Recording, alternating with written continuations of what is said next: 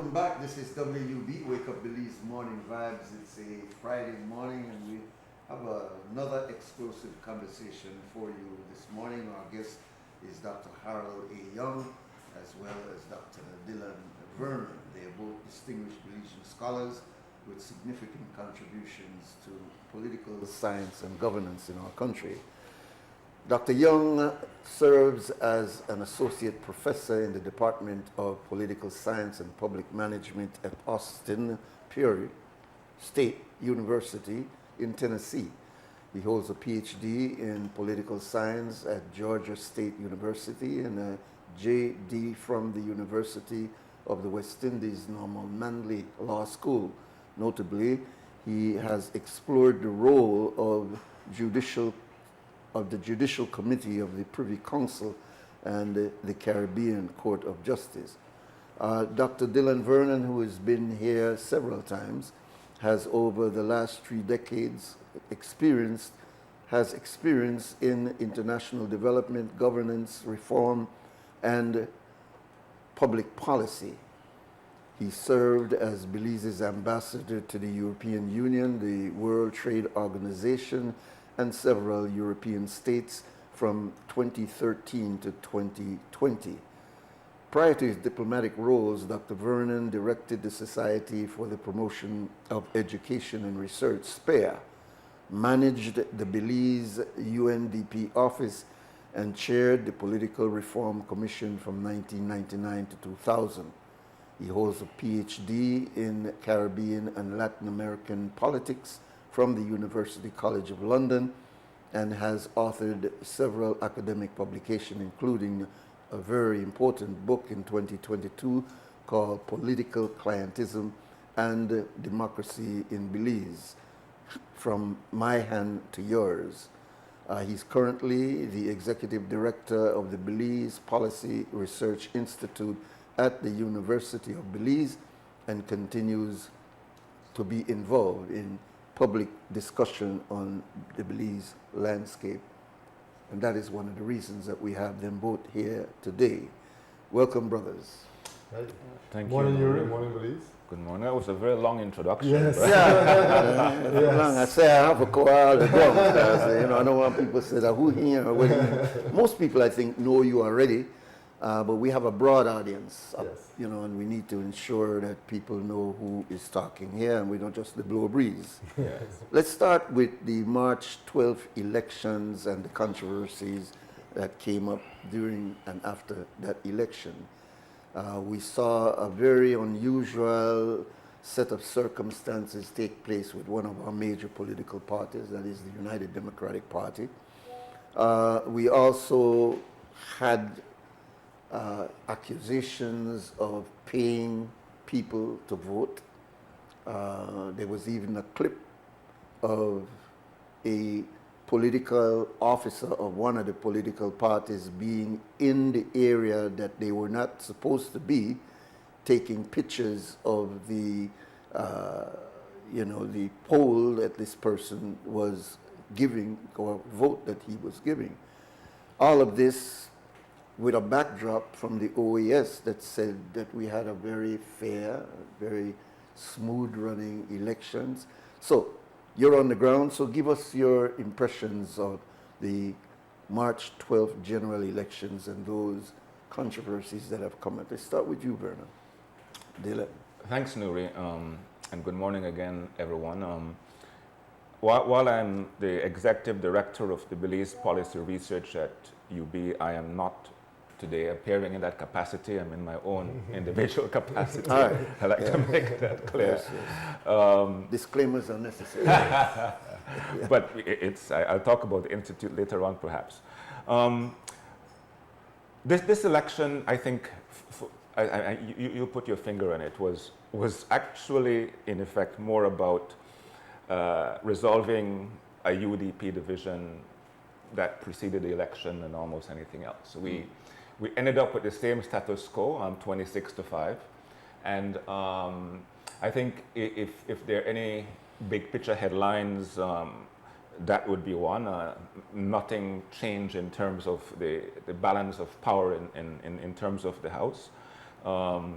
it was always going to be whether the UDP 5 seats could be retained. And they retained 5, but as we know, Patrick Fauber lost in Collett, and then they gained one in Kaya West. So the same amount. It was importantly for me not the least policy discussion election I've ever seen for a long time. I mean, and that has a lot to do with the fact that the opposition didn't step up, and so the incumbent basically was given a free ride in terms of policy debate. And yes, the election did clarify UDP leadership, but an election, I suppose, is not supposed to do that. It's supposed to be done internally with the party. But that did not happen. Historically, we have a female, the first female leader of the opposition. Another headline for me related to the fact that is related to the fact that women decreased from 4 to 3 in the House. But we have a leader of the opposition who is a female. And I mean, overall for me, we can go into these. The elections amplified for me what is wrong with the system. Okay.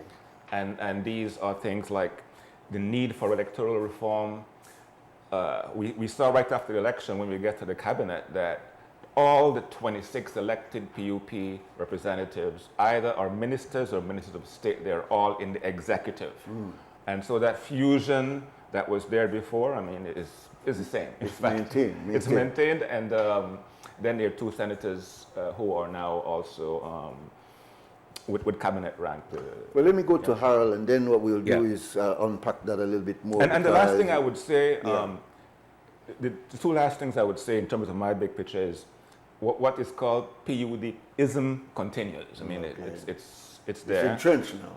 And who run things, who own things. I mean, nothing has changed there. So substantively, the election did not change much. It was not a change election. It was basically reinforcing the status quo. What do you think of the level of public quarrel that the UDP participated in? And I'm asking you this, Brother Young, and the fact that you heard statements like the person who won in the Messop area saying to the public that really I'm here to make sure that Shine Barrow doesn't win. I don't know if what he meant there is that as long as Shine never win, but was not thinking of winning himself, as if he was going to give it over to Ellis. But the reality is that his campaign strategy was so financed and dynamic in that area, born and growing up also in that area, that he won.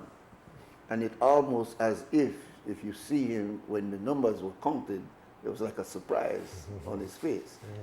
But how do you analyze what took place there in the context then of, did anything change substantially with the March 12th election? Well, there were 2 elections, as Dr. Vernon said. There was an election, one of it was to try to decide the leadership of the UDP, which is what you were just talking about. And the other one was to pick the new government, right? So the election was the same and different, was both the same and different in that sense. I think while it wasn't, like Dr. Vernon said, a lot of policy discussions, there was a clear challenge by the PUP to the electorate, to people, look at what we have done and vote based on that. He did not rarely mention the opposition. He said, look at what we've done and vote on that. So that was sort of refreshing, like he was saying, hold me accountable or hold the government accountable for what we did. And wasn't busy talking about how horrible the opposition was. Didn't spend a lot of time on but was there a need for complaining. But the point is that he took that opportunity. He took the opportunity to do that. And I think that's something that should be carried on, where people are running a record, not necessarily just trying to tear down the other side. I mean, some of that will always happen, but that shouldn't be the focus. So that's the first thing. The leadership issue with the UDP, and specifically the one you talked about, which was impactful. Besides Tracy's rise to leadership, it was impactful in the sense of removing Shine Bar from having a constituency, from being a representative, I think speaks to, and we can talk about some of the details, but to the meta issue, to the big issue, it speaks to the problem we have with the structures of elections that govern how parties operate. What do you mean by that? Well, the parties respond, parties, voters, and the government respond to the electoral structure. Right. So if the structure allows this, not allows, but supports this sort of public stuff, then that's what's going to happen. So it was a reflection of the party discipline. It was a reflection of how parties function in our system. Okay. And there are ways, which we can get into later, that you can adjust the structure of the electoral process and of the governing process that makes parties behave differently, and voters behave differently. And I'd like to talk a bit later about how voters perceive voting, right? Double rational choice voting and stuff like that. So it points to the need to transform our constituents or constitution as the #1 legal document in the country. So it really points to that. And that is a very difficult thing to do, not just to do it, but a very difficult thing for us to wrap our minds around, because we are comfortable with the pain. So we whine and we complain about all the things that are wrong, but when you want to change it, you already know these problems. And when you want to change it, you're like, well, I don't know what kind of problems will come in the future, so let me stick with what we have, right? And I completely understand that. I feel that way many times. But I think that our better nature should try and encourage us to move on. The last thing I want to say is that I want to give credit to the people who did come out and vote. We can critique it and say, yes, some people were paid, yes, there was, negative voting or the party machinery did it. But the point is that people came out and voted. We've seen countries in the Caribbean where the turnout for national elections are less than 50%. So we have to give credit to people for coming out and voted, considering any circumstances or in any circumstances. And I'd like to do that. That's another headline right there. The voter turnout was the least since was the independence, lowest since independence. 64.9% of the vote, 65% of the vote. We did come out, but we came out lower. But the point is that they did come out. There were predictions it would have been lower than that. Dr. Vernon and I have talked about that, and there were some people saying it's going to be lower than that. So let's give credit where credit is due, that people did come out. And that's something that we need. That sort of engagement is what we need to propel and encourage transformation, change in the country.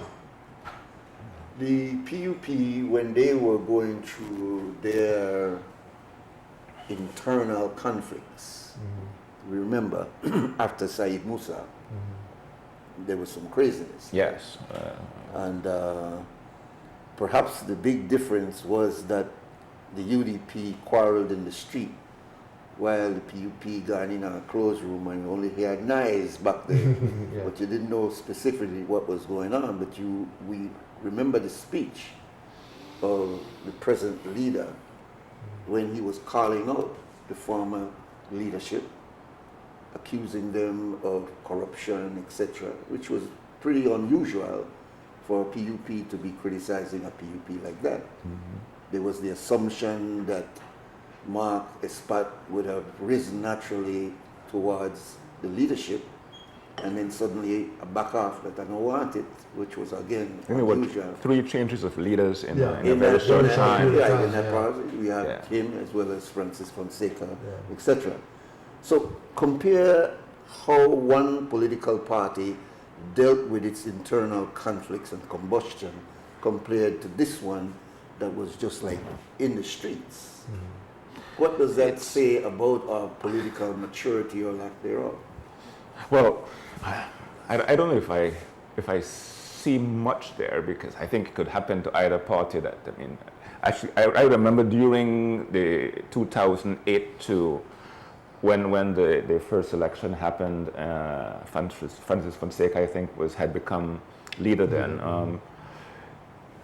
The headlines were every day. The PUP is divided, and there were these arguments. It was raw. But what happened with the UDP makes that all look quaint and and you totally forget about because it was so much more raw. It's a different approach. But for me, the key overall takeaway from that for me is that both in the PUP example after 2008 and the recent UDP example, there were internal party disputes over what? Anything substantive? Was it ideology? Was it policy? I don't think so. It was about, which individuals will control the party in the same system that we are now. And so for me, they're like entertaining, but not substantive to our development or democracy in any way. You're saying that all the parties basically ideologically felt the same, did the same, but there was just personality differences? I mean, interesting, but not. I mean, who becomes leader does make a difference. I mean, you have to so the platform concede that, but it wasn't over big policy differences and issues, which the last election wasn't either at the national level, and so it really is continue to do the same thing. And at the micro level is the parties, and the macro level is at the national election. Well, I will add to that because we only got a limited issue here, so I'm trying to pack a lot of stuff on you. But the label of PUDP, which has been on both parties over the last 20, 25 years, doesn't it come out of the fact that there's not a substantial difference between the ideology of the two parties except for personalities? Well, I do think it's entertaining. I think it's entertaining.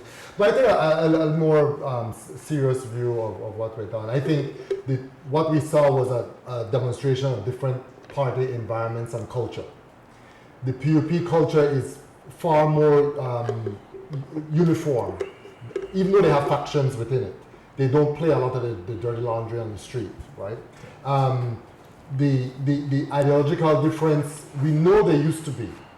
The factions in the PUP in the late 70s and in the 80s was definitely ideological factions within the party fighting. Very clear. Right, that was very clear. And made them different than the UDP. And was different, and yes, and it was different from the ideology of the UDP. Right.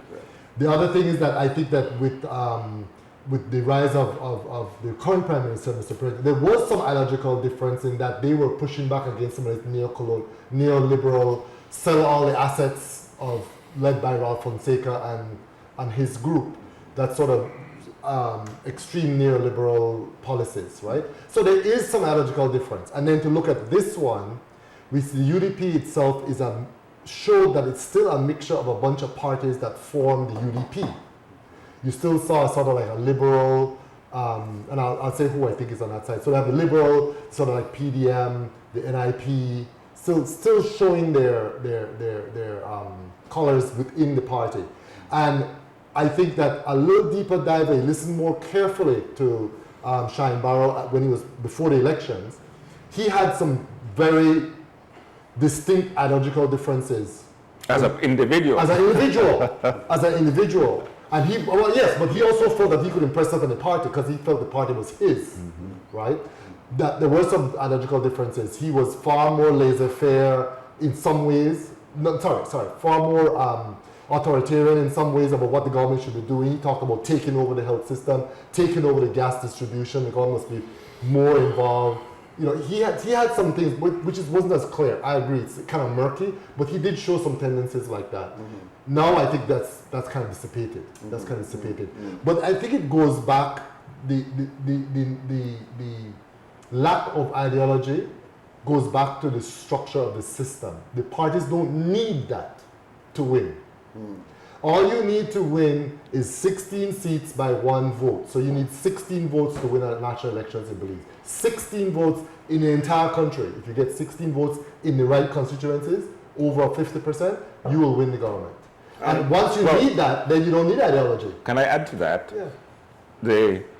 The lack of policy and ideological differences, and basically how the term PUDP came about is that people saw, since independence, as parties changed, that things remain the same. And the problems persist. and we're sort of incrementally doing something, and then one party would pretend it's a beginning again, and short term isn't. But the key point I wanted to make was that because of that, the parties began to compete more and more on who has the best handout machine, who can best buy elections, buy democracy in a sense, and buy access to influence. All right, you're jumping to my second point. So let me take and who does that better Is the one that wins. is the one that will have the power. So- But that diminishes even more the interest in ideology. All right. Yes, you don't need it. you don't need it That's to what I'm win. saying. You Yes, don't need it. indeed. So ideology has become actually an old word that Yes, people yeah. don't relate to. Yeah. It's not so much what I believe in as much as how I can make you think that I can satisfy You. what are your needs, Yes. not what, And you're what you can deeply give me. think Individual, ideologically. Yeah. yeah. So again, but that's part of my second thing when we're going to jump into this idea of political clientelism. So let's take the first break, second break, and then we'll come back. We'll jump in a second time. Conversation with Dr. Vernon and Dr. Young, looking at ourselves, and I hope they don't pull any punches because young people are listening, and really it depends on a new mind, a new dispensation, so to speak. We cannot continue to be accused of a PUDP system. But off the break, both of them are showing me why the PUDP is sort of like, that's what we get. So can we expound on, and go to you, Brother Young, on your insistence that with the system that we're running, we're not going to get those kind of distinctions because it's not there. Elaborate on Yeah, that. so as I started off, I said in the beginning, the system engenders what we see in reality. So the system, and people use the system and think I'm talking about something far away. I'm not talking about anything far away. I'm talking about the structures of how we're governed, how power is distributed, how you get power, how it's distributed, how it's contained, how it's exercised, right? Creates a certain voter outlook, it creates a party outlook, and it creates a government outlook, how they do things. And what we're seeing with PUDP is a product of the structures that we have. We will never get a different set of group 2 or 3 parties that give us clear platform differences. We will never get that in the current system. What we have been doing, and I'll give you an example of what I'm talking about, what we've been doing is relying on individuals individuals of good conscience to come forward and lead us to the promised land. And we are constantly disappointed. Not because the people who have come forward have been necessarily intrinsically bad people, but because the system does not allow them to be good. To win, you have to be bad. In other words, you have to play along with what's going on, right? Like, for example, in the cabinet, there's collective agreement, regardless of the fact that you, an individual minister, might have your own leaning, etc.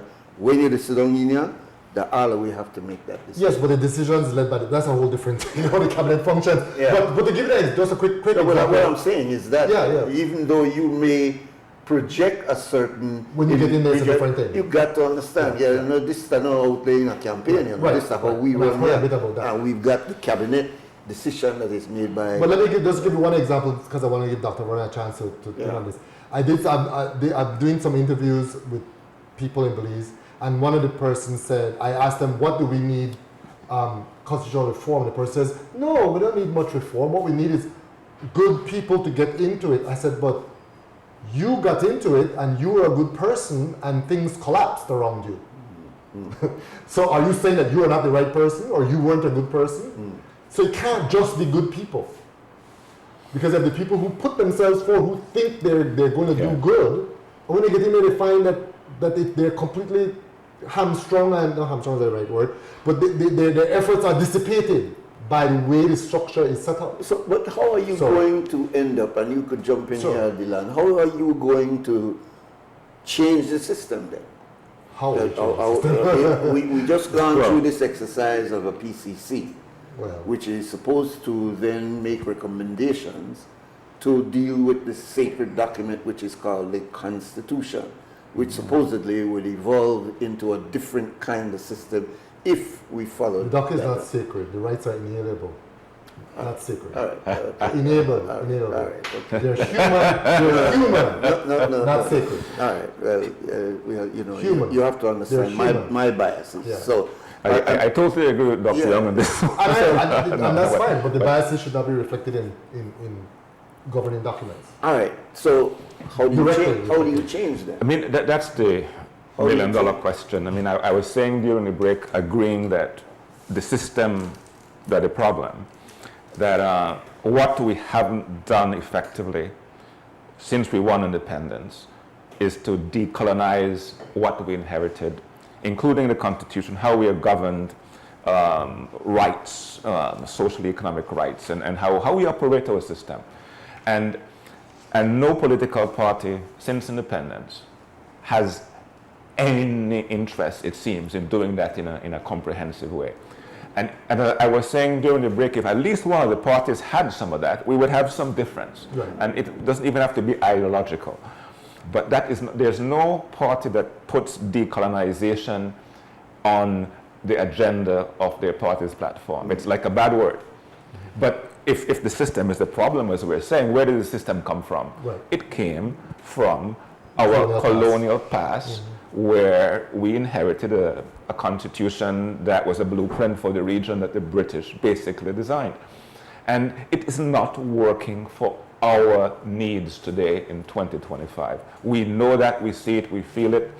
The reason that people feel uninterested in elections, the reason that people would want to say, well, let me see what I can get more and more and more, is because the system doesn't allow anything else right now. Now, to get from that to where we need to be, as some people would say, requires a revolution, and perhaps not with the arms on the streets, but George Price used to call it a peaceful constructive revolution. Yeah. And we have not had that. No. In fact, after independence, it seemed that we won freedom and everybody stopped. There was no vision after that as to where this country should go by any political leader on both sides, in my estimation. So you're saying that the vehicle that we were driving in, which was the colonial masters, they simply got out of the seat. We, the nationals, got in the seat and continue along the same line, the same vehicle. Correct. Yes. Yes. In essence, yes. I mean, that's a good analogy. So I think this to build on what Dylan was saying, Dr. Vernon was saying, to show the depth of it, of this failure to decolonize, right? And people say, oh, it was 45 years ago, but it's a mental thing. Let me just give you one quick example of what we're up against, how ingrained it is, How ingrained it is, right?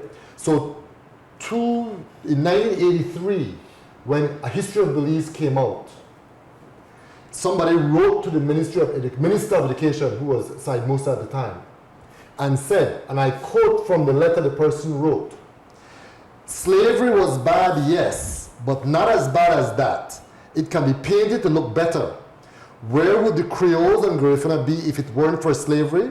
Not here, certainly, not even alive." No, that was 40-something years ago, right? But that idea that we have somehow liberated ourselves or taken the next step away from 1981 is false. This sort of thing is still there. And it sounds really basic what I'm saying, but it's true.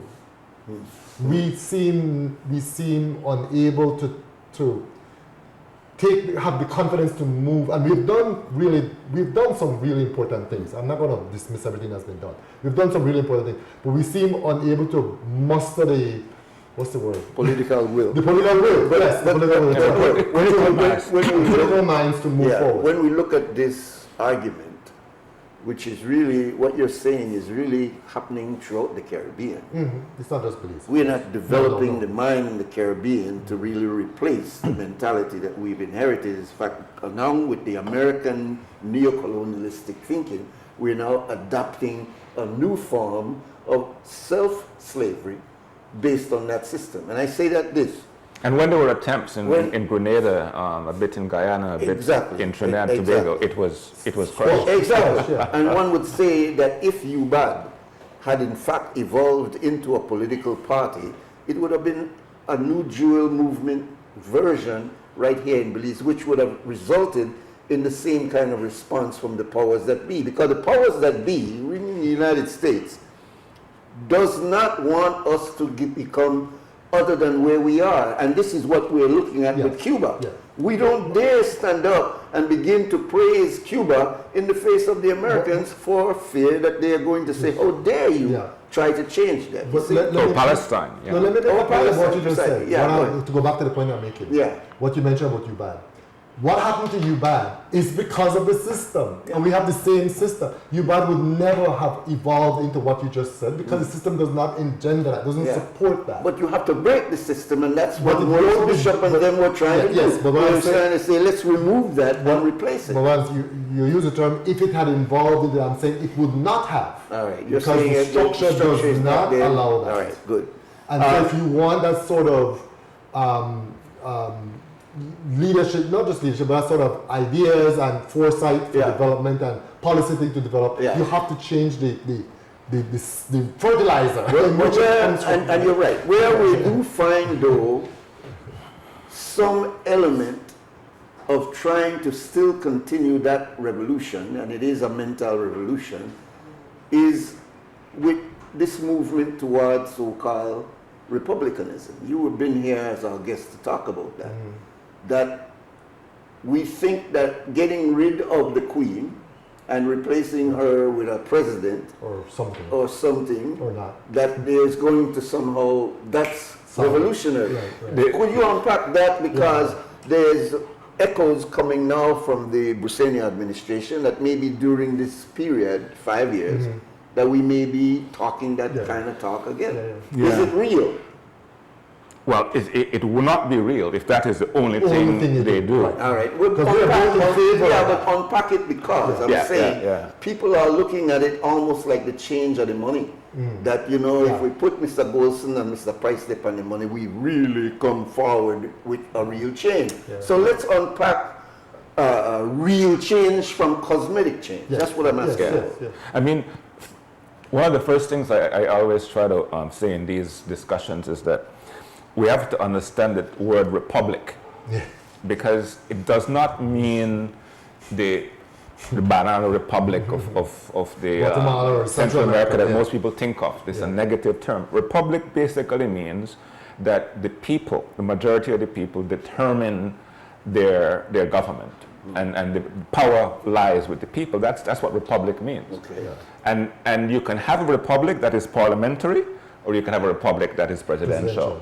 Or in between. Like Guyana has a mixed approach. System, So the term republic is neutral. Right. It's not. All it means is that you don't have a monarch as head of state. That's all it means. That's all it means. And so getting that clear is important. Then, when it comes to Belize, I think that it is possible that the present government could indeed, in the next 5 years, remove the king as head of state, and we become a republic. We don't have to call ourselves a republic, but we will be by definition. And say we have done political reform. And clearly, if that is the only thing that is done within the same structure as has been done in Barbados so far, and a couple other countries, Trinidad, it doesn't make a difference in the systemic sort of changes that we need. It's not decolonization except in a symbolic way. So it has to go further than that. And my fear is that it won't go much further than that. But people will feel good about it. But you know, the last poll that was done in Belize on this issue showed that the majority of Belizeans, or the most Belizeans, were opposed, this was about 4 years ago, to Belize becoming a republic. It was, I think, But maybe 40. because of believing of it being Guatemala. Yes. Although that was said, There was no public. education. They were just saying in Right. public that Yeah. we don't want to be like Guatemala. Right, It's like, there's no well, education. no. And then a Guatemalan claim. Yeah. But the fact that I mean, there's no connection between the two, because I always say if we become a republic, it would be even more identifying ourselves as independent and as separate and as unique. It's not. People, I think, fear the security All right. issue. Besides- The last thing I'll say there, Yeah. Nuri, is that if we do not have more than just the king changing the symbolic thing, we do back at where we are. We'll talk about the same things in the 5 years election. We'll talk about the same problems that we're talking about. Yeah. Well, the reality on the ground, and I think this is what the cynicism about PUDP is in the minds of many people. Yes, I couldn't get one house there, but I get a house now, and therefore the party that gave me the house is really my party because I'm getting a house, or I'm getting a loan, or I get a scholarship. Like But Bill P. the people right next door to me, I don't worry about Uno. Even though if the system were changed, it would be that there's a fair opportunity for all. But it's fair for me because I get one chance to send my son to university and government paid for it. So clientism then, as your book intimated, is not really only in Belize. If you understand the concept of it, even Trump the door clientelism situation. So unpack the idea on what they call steroids. So let us look at this thing of clientelism, and in your book you kind of, you look at it as something that is real, but something that we ought not to be paying people and maintaining that when I get in, then I have to pay back those who put me in. When will that change? How can that change when I'm in such a deprived state and I had to wait my turn? Right. And now my turn come. You may get your turn, so stop criticizing this on my turn now. So how do you get rid of this idea of clientelism? Just how we get rid of the become a republic beyond the king, just how we change our electoral system, it has to be some sort of transformation. Yeah. But then that Revolution. So let's go back to no. Let's go back to do it. No. Let's go back to what we just said. What we just talked about. The reason we see clientelism at the level it's at is created by the system that we have. You will not stamp it out in the current system. So putting a electoral campaign reform law will not stamp it out. It's going to be Increasing the penalties for what we have in the book now. What we have in the books now about buying increasing the penalties to $50,000 will not stop it, because the system is engendering, it's fertilizer for this kind of behavior. And I've been a big defender of the voter in the sense that the decision to vote for a party in the current system, the decision to vote for a party because I got my bill pay or I got a piece of land is completely rational. It's completely rational. It's completely rational. It is a common sense thing. Yeah, it's not only rational. For people see it as normal. Yeah. Young people growing up in the system knowing nothing else Right. actually see that as normal. I mean, some politicians don't even know it's wrong. Yeah, those are the tools that the voter has in their toolbox, and that's the basis on which you're making decisions. Doctors, I was It talking doesn't to a make it politician. right. Just give me a Doesn't make second. it right. And the That's impact right. it has on the rest of the system Here's is where we where are. I was talking to a politician a couple of days ago.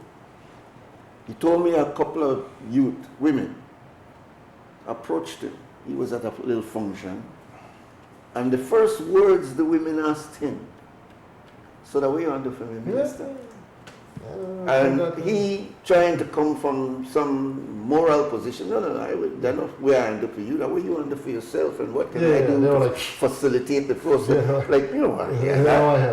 Why are you not a waste my time? What you give me? Yeah. How I put it in a recent article is that we are trapped in this sort of cycle where a big portion of the electorate need handouts for economic survival. Right.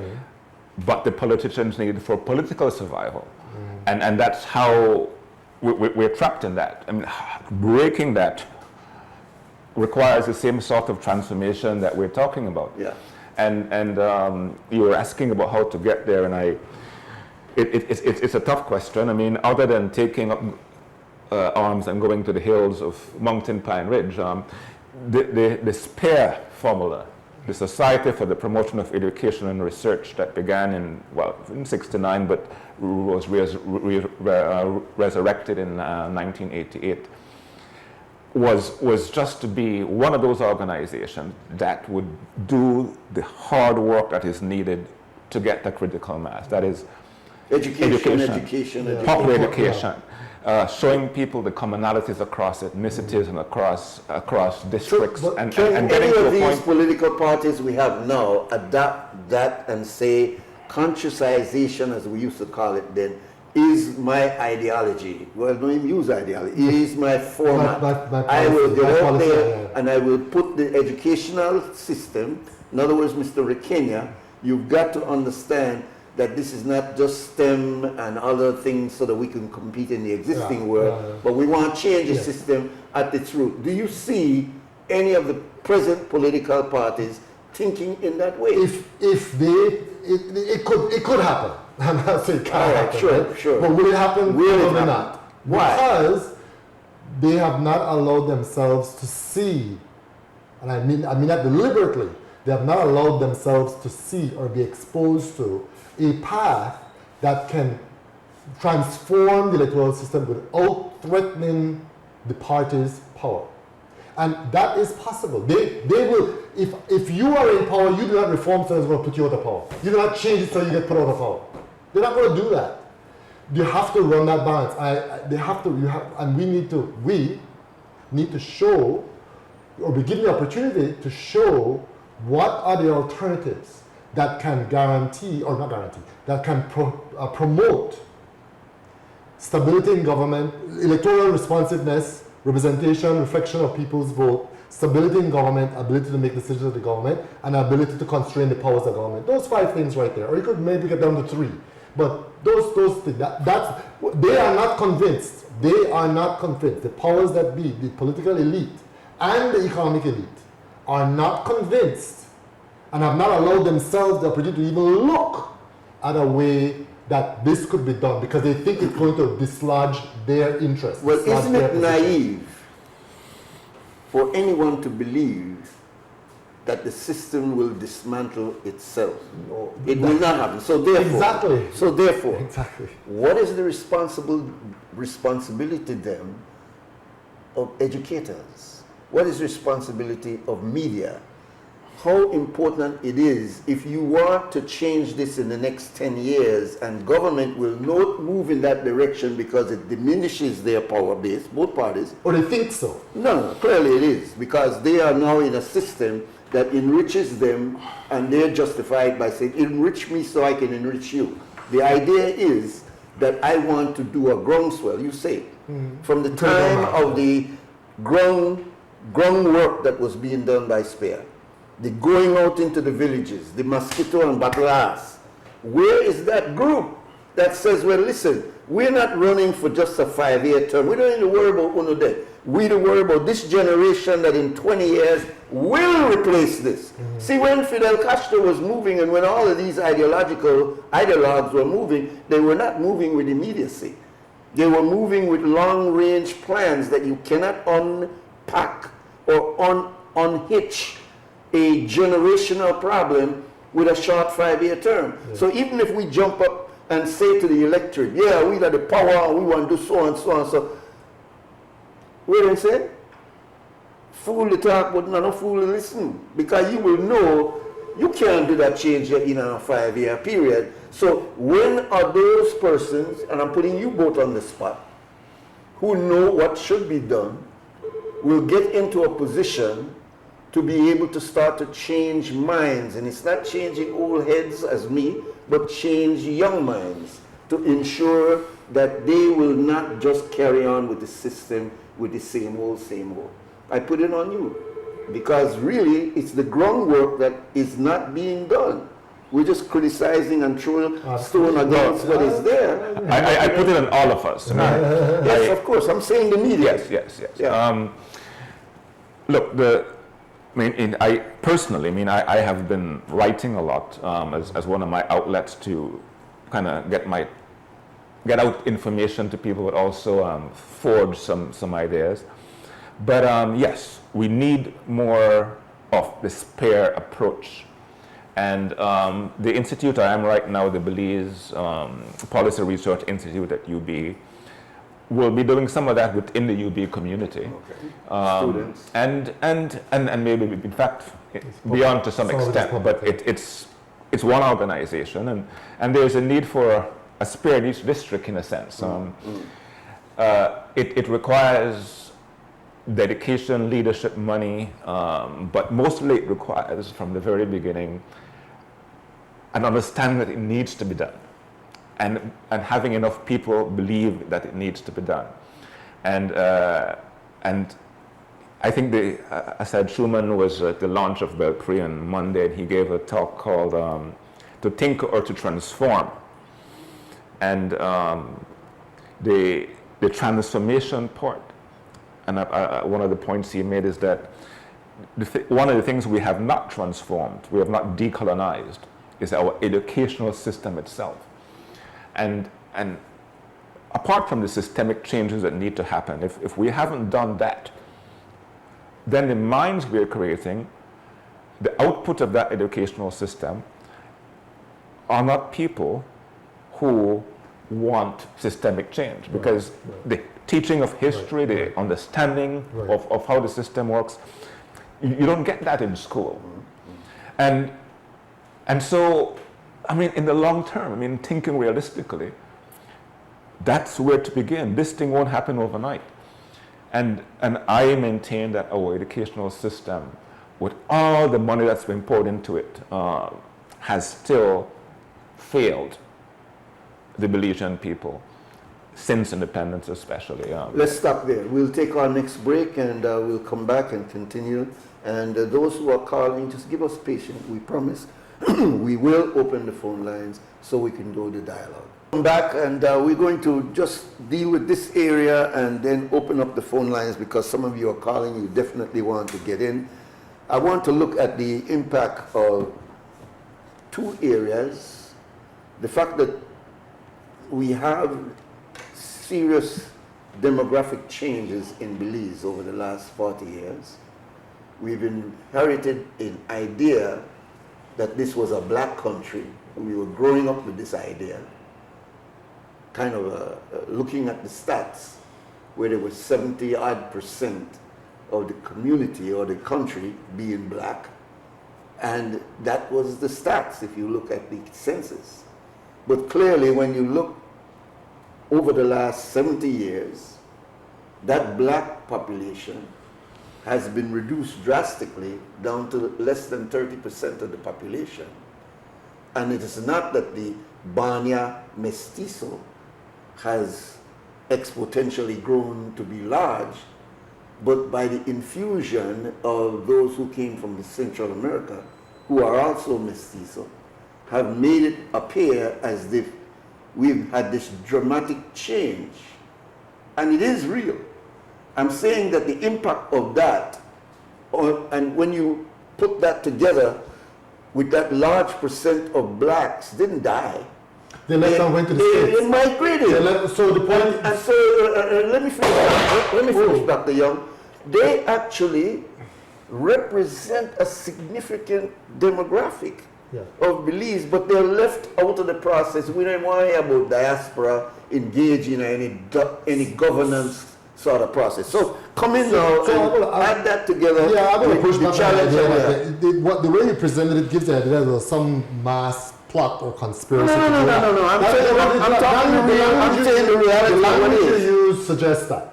The language you use to describe you get that impression, but that is not my intent. That's not my intent. I'm saying, when I hear what you said, it sounds like you're suggesting that. Okay. And my response to that is, yes, the observation is correct. The demographics have changed. Okay. But the demographics have changed for a lot of times for reasons outside the control of Belize. Part of it is Belizeans, black Belizeans, Afro Belizeans, and some Latino Belizeans left and went to the States. And the majority of them, the vast majority of them left with no intention of coming back. None. They were turning their backs on Belize. Totally. And that's their prerogative, which I was one of the people who went to the States at one point, and I have come back. So I'm not putting myself like I'm some sort of, There are model of anything, many right? of us that came back. Exactly, Yeah, exactly. But the point is... I think you're missing my point. No, I'm not missing Continue your what point. you're I'm saying. not missing your point. I am acknowledging your point. I think what Harold is saying is that this migration and demographic change was almost inevitable in terms of our geographical yes, presence, yes, and yes, so it's yes. a reality. Yeah. And one of the things that I will say after Harold is done is that how have we as a country, though, in policy terms, Right. dealt with that? We have not. All right, Yeah. good. No, And no, that- no, that's it. And listen, That's it. we're saying the same thing That's in it. different ways. I am saying that as a backdrop to the question of how do we deal with two challenges. That clear demographic change on the ground and that diasporan group over there that we have not consciously tried to engage. We have the mindset that uno gone, uno no want to come back, we're left on out. But look at the dramatic change now where they're being threatened with mass deportation. That's our responsibility. back That is into not the- our responsibility. It is our That is not responsibility our if they responsibility. end up on the ground. Yeah, but if the they policy end up United here, States- it is the our policy of the United reality. States is not our responsibility. No, I'm not worried about their policy. I'm talking about the reality of if they return here, how are we going to deal with the reality yes, of and that? I'm saying yes, you need to, but listen, let me just be very clear. I am not dismissing what you're saying, but my focus, what I can do in my sphere is not focus on that. Okay. Right? That's okay. And I'm not saying that people mustn't focus on it. No, we have to. You could look at it. Yeah. But I want, just like how I made a point of saying I want to big up or compliment the people who went out and voted, I want to reiterate the strength of the people who stayed here and made this what it is today with all its faults. We need to give the people who stayed here credit for where we are today. Now, not everything is great. Some things you could say have regressed, but overall, we need to give them credit, and they should not be put aside or stepped on by any other group. I don't think we're saying that. No, I'm not saying you're saying that, but what I'm saying is, I mentioned, hold on, Yuri, my focus is that those are the people that I need to work with. Those are the people that will want to do. I listen to the diaspora, the Balams. I listen to them. I listen to them on social media, and some of the things they say are absolutely regressive, false, misled, some of it deliberately misleading, and some of the people are quite prominent in the diaspora population. But and they're right to say whatever they want to say. But my focus is not on that. I'm not saying I will never participate in anything to do with that, but my focus is what is going on here. I'm interested in structural transformation we were talking about to make the people that stayed here, the people that are here, the children who came down, the generation who come down, to be a better Belize and profit from making Belize better. Okay. And that's my focus. I share some of that, but maybe slightly different. I believe that the diaspora is important. It is important economically in terms of remittances. It is important because of family ties. The governments, plural, over the past few years have tried to have diaspora programs. There's now a minister of diaspora, an ambassador of diaspora. But almost superficial so far. There needs to be a clear policy on how we engage the diaspora. And yes, there are some, as in Belize, there are some good ideas and there's some bad ones from my perspective. Now, the core issue that you mentioned is, I think, voting in elections. And I am mulling over that issue, but my sense on that is that unless it is part of this systemic reform we are talking about, I am not willing to say yes yet. Exactly. Okay. And that is because the first past post system, where elections are won by 10, sometimes few votes, people who do not live in a constituency can, if you're allowed to vote from the US. I mean, and you will see if people register, it could be, what, 1/3 of the entire vote? I don't know. All right. And so people who don't live here or pay taxes here, or most important for me, are part of the reality of the dialogue that is happening and feel what is happening, it's hard for me right now to agree that they should have the vote in this context. Right. Yes, Okay. and then you have transparency issues. I support what you're Okay, saying. let me clarify. I was not even talking about the vote. Okay.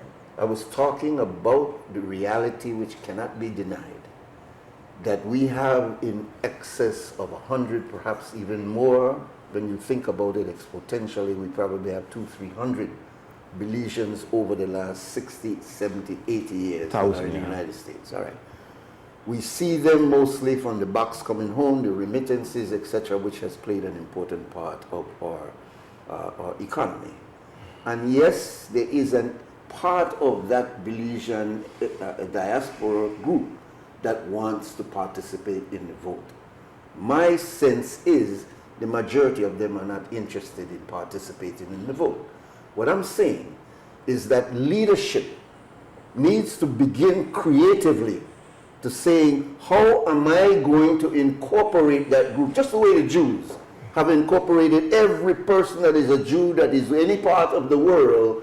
You can have an input here. Not all of you come and sit in the Knesset. Not all of you come and make a vote. But you can find other ways creatively that you can make our vision of what Israel is about a reality. And it has worked very well for them, and they're not the only country that's done it. I am kind of like a Golsonite in this sense. That Mr. Golson said wherever there is a Belizean, he should or she should be considered a part of what our original vision is. I am not of that old thinking that if you may want to stay here, you may stay here, and so on, stay across there, and I love and respect the one that will stay here. Some of them will stay here if they may get a chance to go, and the U.S. wasn't so strict on their visa policy, they would have been there too. Because people naturally want to go where they feel that they can get more. If we had the opportunity to go for education in the United States and then come back to Belize, many would have taken that advantage. But people, you had to work so hard to get across there. You had to belong to almost a class before you had the freedom to be able to go to the United States and decide, even if you want to come back. I came back 50 years ago. Nobody forced me.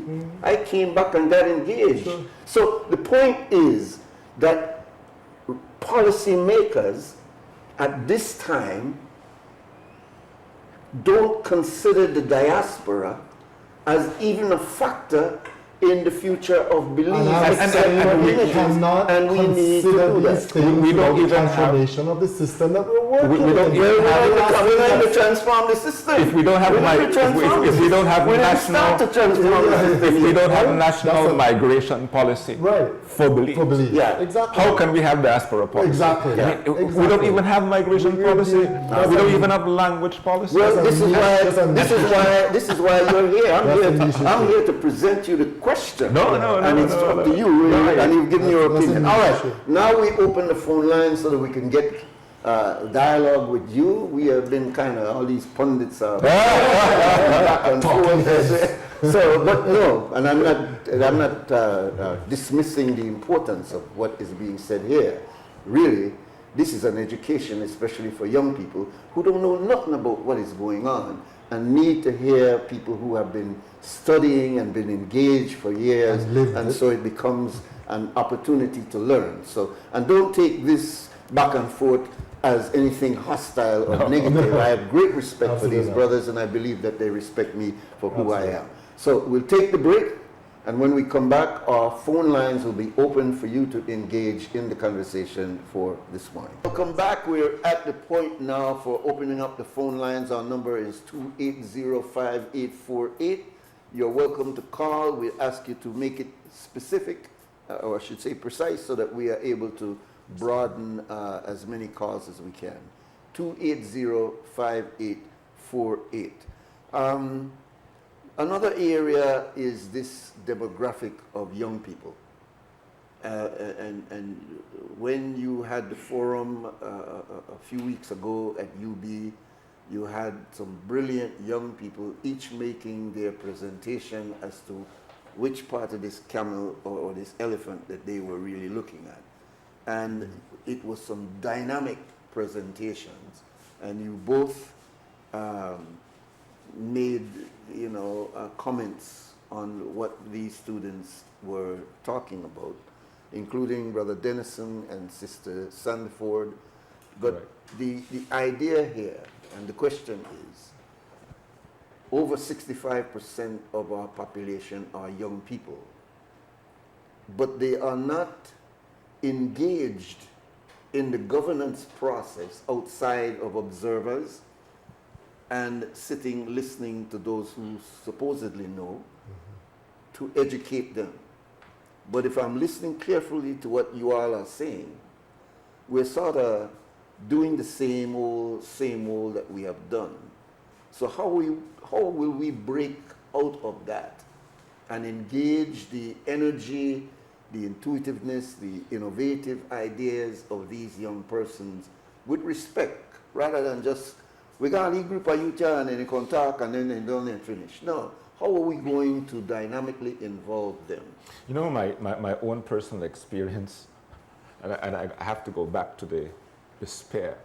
When I was a young man, becoming conscious, still naive and growing up, it was a spare that got me involved talking more in depth and talking to your peers and getting some conscientization going. And that is what is still the formula for me. And with the Belize Policy Research Institute at UB, some of that is planned. We have student clubs that we're going to be forming. But that needs to happen in a wider way. Yeah. But the youth, the young people at UB who spoke at that March 4th event, one of the things that I remember them saying is, we feel neglected, we feel that we're not being listened to. At the same time, they didn't have any real answers to, how do we listen to you? But they feel, and at least the five of them who were there, that they want to be more involved. And so it's not that there are no youth out there who want to be involved in a way, but there's no clear sort of avenue as to how they will do that. And the political parties, in fact, all of them, I think to a student, were saying that they wanted something other than that, if you listen to what they were saying. They both all had critiques of how things were going. But I think, getting the youth involved is the spare formula that we perfected in the 1980s and 90s is still the way to go.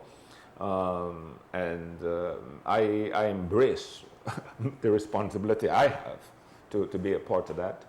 And I'm doing so in my own way. My brother? Yeah, I echo what Dylan said, the approach. I think we need more of that. But I also want to encourage the youth to... Can I stop just Sure. to make sure? Welcome, caller. Welcome. Hello? Yes, welcome. Hi. Did I get in here? Am I on the air? You're on there. All right. Yes, you're on the air. All right. Good morning. Yes, good morning. Hi, my three wonderful, handsome, and intelligent friends. This is Victoria Hampton. I would like for you guys to touch a little bit more on the constitutional reform that you guys was a part of. I think I heard last night on the news that there's a report submitted. Could you guys touch on that a little bit more for me, please? That's a good question. Thank you very much, caller. Thank you very much. The PCC. Hi, Marie. Yes, my dear. Yeah, I heard on the news 2 days ago that the PCC, in fact, they had a press release that they're calling it, I suppose, a draft report is being shared with the PCC constituents, the 20 plus members, for them to go out into their organizations and do some final consultations. And they asked specifically that the report not be discussed publicly during this time. It's only internal. I don't know how that will work. I don't either. But, and then they say in May, by the 15th of May, they will present the final to the Prime Minister. The timetable seems very short, but we can only wait for the final report. I mean, Using your example of the next or the other big effort to look at our governance process in a global way, which was the Reform Commission back in 1999, and comparing it to the process that this was going through, which is, to me, comparison of at this large level. Without getting personal, just comparing. Yours came up with some recommendations, some were accepted, some were not.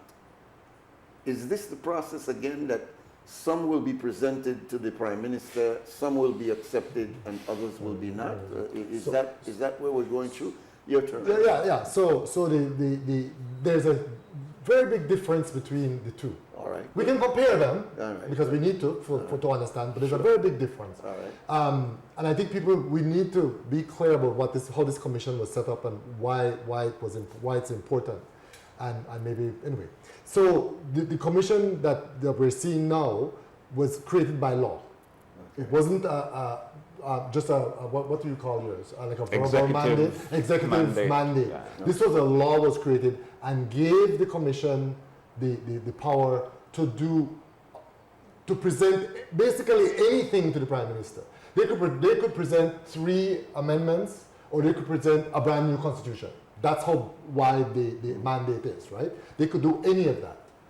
The other big difference is that the executive mandate that when Dr. Vernon was the chair was, and I don't mean this in a bad way, it was a kind of a blue ribbon committee. So they brought together people who were interested and with expertise and brought different dimensions to it. This one is a lot different. This one is the government, the mandate says that we feel the need, the government feels the need, so we pass this law for some sort of look at the Constitution, and look at it, and we're going to task the civic organizations who represent the constituencies around the country to do that. That's a completely different approach. Not a viable approach. I'm not criticizing it, I'm saying it's just a different approach. So what we saw, instead of how many people on your commission? 14. 14. Yeah. Instead of 14, I had 28. Right? And 28 people of really different interests, and which is kind of what you want. But that makes the process more challenging. And this is the last part.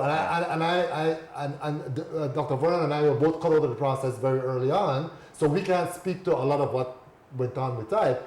But what I want to see is, will it be superficial tinkering, or will it be a real comprehensive look at the foundations of and where we want to go and what we're trying to achieve and how we structure it to achieve that? Or is this going to be tinkering with little things?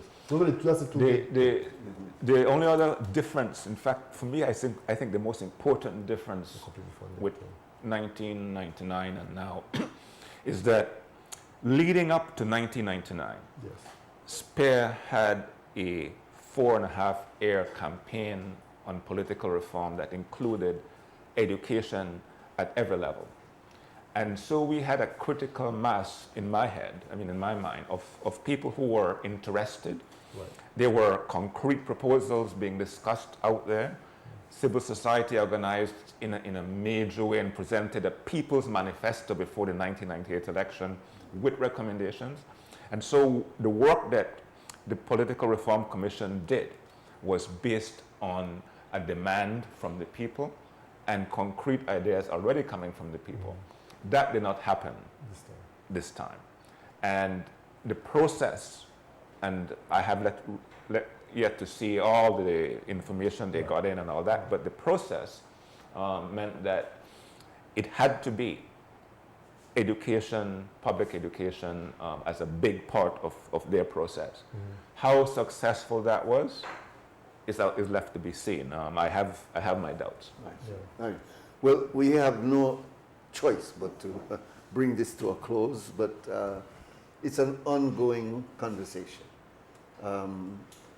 I'm glad you both were here. You shed light in an area that I think a lot of our citizens really need to take in and go do their own research. I don't think any of you came here with the idea that you have the solution to the problem, but you were adding information to force us to think through the process. I appreciate your being here. You did an excellent, even though you get nice here on the part of Harold wasn't there, but it was all good because we got to be dynamic. We can't be passive and try to be so nice in addressing issues that affect us. And he was clearly affected, as I was affected, by some of these things. You were the cool one today. So we hope that we'll be able to do this again. We want to thank all those who listen. Can I have a final word? Yeah. You want to I will close. All right. Well, I'll go back to what Finnegan and what the Amandala show used to say. We have your closing point, right? Or shooting point. What do you say? No, for me, my closing point is related to foreign affairs.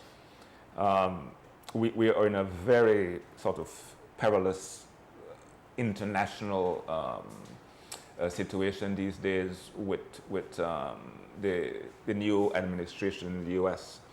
But a part of it that I always want to stress on these shows is let's not forget the people of Palestine who once again are under bombardment from the Israelis. And the genocide that the International Court of Justice is exploring and says is likely happening is continuing.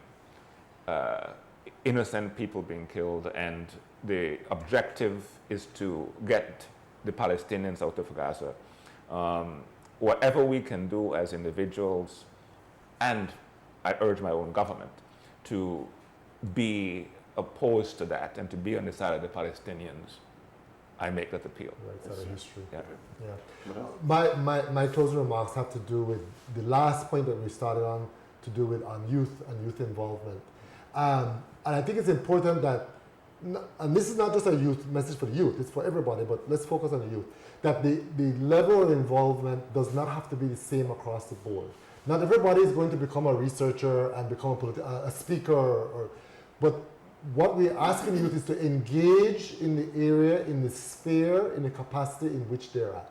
If you want to pursue political science and study it, then do that. If you want to be involved in, just start off at your school, in the student union, the student organization, do that. If you want to be something in the neighborhood, you do that. If you want to go join a political party, go join a political party. The point is, don't feel that there's some blueprint that you have to follow to be effective. You need people to be acting, operating in all the different areas of society, in the spheres of life. And we need to find that niche and do that. Very important. And we can't think that one size fits all. Exactly. And that's where you exercise power. Yeah.